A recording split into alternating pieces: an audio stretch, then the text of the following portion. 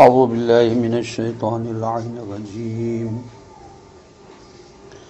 بسم اللہ الرحمن الرحیم وَلَنُذِيقَنَّهُم مِّنَ الْعَذَابِ الْأَدْنَىٰ دُونَ الْعَذَابِ الْأَكْبَرِ لَعَلَّهُمْ يَرْجِعُونَ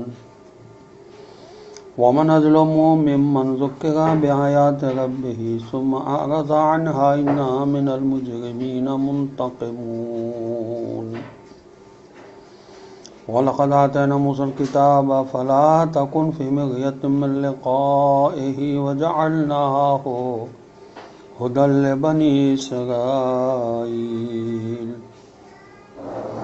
وَجَعَلْنَا مِنْهُمْ أَئِمَّةً يَهْدُونَ بِأَمْرِنَا لَمَّا صَبَرُوا وَكَانُوا بِآيَاتِنَا يُوقِنُونَ إِنَّ رَبَّكَ هُوَ يَفْصِلُ بَيْنَهُمْ يَوْمَ الْقِيَامَةِ فِيمَا كَانُوا فِيهِ يَخْتَلِفُونَ اللهم صل على محمد وآل محمد وعجل فرجهم السلام علیکم ورحمۃ اللہ وبرکاتہ۔ اللہ تبارک و تعالیٰ کا شکر ہے کہ میں نے سورہ مبارکہ سجدہ جو قرآن مجید کا 32واں سورہ ہے اس کی 5 آیات کی تلاوت کا شرف حاصل کیا، جن کے نشانات ہیں 21 تا 25۔ آیت نمبر 21 کا ترجمہ یہ ہے، اور ہم نے انہیں بڑے عذاب کے علاوہ کمتر عذاب کا ذائقہ بھی ضرور چکھانے کا ارادہ کر لیا ہے، شاید وہ بعد آ جائیں۔ العذاب الادنیٰ یعنی کمتر عذاب سے مراد دنیاوی مصائب، بیماریاں اور ناکامیابیاں ہیں۔ اس کمتر عذاب و محرومیوں سے انسانی ضمیر جھنجھوڑا اور وجدان کو بیدار کیا جاتا ہے۔ اس سے اگر قابل ہدایت ہے تو وہ راہ راست پر واپس آتا ہے۔ آیت نمبر 22 کا ترجمہ یہ ہے،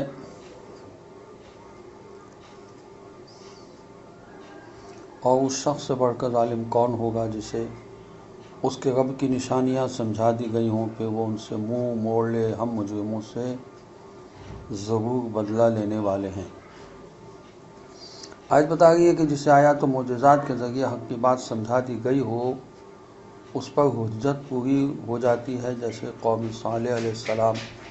اس کے باوجود وہ ان معجزات کو تسلیم نہ کرے تو اللہ ان سے انتقام لیتا ہے۔ انبیاء علیہ السلام ہر مطالبے پر معجزہ پیش نہیں کرتے، کیونکہ اگر معجزات کے بعد بھی ایمان نہ لائیں گے تو اللہ فوری انتقام لے لے گا۔ اس آیت میں اسی بات کی طرف اشارہ ہے کہ آیت الہی یعنی معجزات کے ذریعے حق واضح ہونے کے بعد انکار کیا جائے تو انتقام الہی کی نوبت آ جاتی ہے۔ آیت نمبر 23 کا ترجمہ یہ ہے، اور بتحقیق ہم نے موسیٰ علیہ السلام کو کتاب دی، لہٰذا اس قرآن کے ملنے میں کسی شبے میں نہ رہیں، اور ہم نے اس کتاب کو بنی اسرائیل کے لیے ہدایت کا ذریعہ بنا دیا ہے۔ یہ قرآن کا طرز خطاب ہے کہ جسے بہت زیادہ اہمیت دینا مقصود ہو، وہاں خطاب براہ راست اپنے رسول صلی اللہ علیہ وسلم سے ہوتا ہے اور بتانا دوسروں کو مقصود ہوتا ہے۔ لقائہ میں ضمیر الکتاب کی طرف ہے، اور لقاء تلقا کے معنوں میں ہے، جیسے کتابًا یلقاہ منشورہ میں ہے، یعنی ہم نے جیسے موسیٰ علیہ السلام کو کتاب دی ہے، آپ صلی اللہ علیہ وسلم کو بھی کتاب دی ہے، لہٰذا آپ صلی اللہ علیہ وسلم کو اس کتاب قرآن کے ملنے میں کوئی شبہ نہیں ہونا چاہیے۔ حضرت موسیٰ علیہ السلام کا ذکر اس لیے ہوا کہ رسول اللہ صلی اللہ علیہ وسلم کے ساتھ آپ کی بہت سی خصوصیات ملتی ہیں۔